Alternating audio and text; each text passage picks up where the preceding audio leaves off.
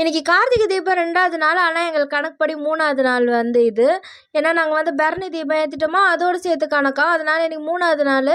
நாங்க 3 நாள் எதனா செஞ்சு வைக்கலான்ட்டு பிளான் பண்ணோம். அதனால ஃபர்ஸ்ட்டு நாள் வந்து இந்த இனிப்பு போண்டா சுட்டு வச்சோமா, 2வது நாள் பாயாசம், 3வது நாள் டிஃப்ரெண்ட்டா எதனா செய்யலாம் அப்படின்ட்டு செஞ்சு தான் இந்த ரெசிபி. இது பேர் தூத் புலியா, இந்த பெங்காலி ஸ்வீட்டுன்னு சொன்னாங்க.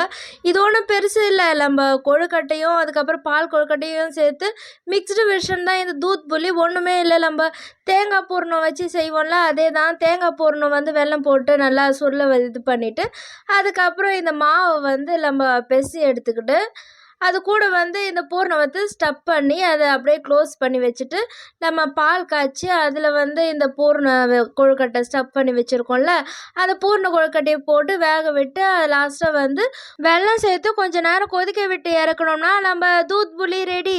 இது வந்து பெங்காலி ரெசிபி. ஆனால் வந்து இது தமிழ்நாடு ரெசிபி மாரி தான் இருக்குது எனக்கு லைட்டாக பார்க்க. ஏன்னா நம்ம பூரண கொழுக்கட்டையும் பால் கொழுக்கட்டையும் சேர்த்து செஞ்சது தான் இது. நல்லா இருக்குது ஆனால் டேஸ்ட்டு. அதுக்கப்புறமா வந்து கொஞ்சம் திக்காகட்டும்ன்ட்டு விட்டு வெயிட் பண்ணிட்டு இருந்தேன்னா, அது ரொம்ப திக்காயிடுச்சு. பால் மொத்தம் சுண்டியே போயிடுச்சு. சரி பரவாயில்லன்ட்டு ஒரு டம்ளரில் ஊற்றி, அதுக்கப்புறம் சாமிக்கிட்ட வச்சு பிரசாதமாக வச்சுட்டு, அதை வந்து நம்ம பூஜைலாம் முடிச்சுட்டு சாப்பிட்டு பார்த்தோன்னா டேஸ்ட் நல்லா தான் இருந்து, அந்த கொஞ்சம் கொஞ்சம் அந்த தேங்காய்லாம் உடஞ்சி உள்ளே வச்சுருக்கோம் பூரணம்லாம், தேங்காய் பூரணம் அதெல்லாம் கொஞ்சம் வெளியே வந்து அந்த டேஸ்ட்டு ரொம்ப அல்டிமேட்டாக இருந்து.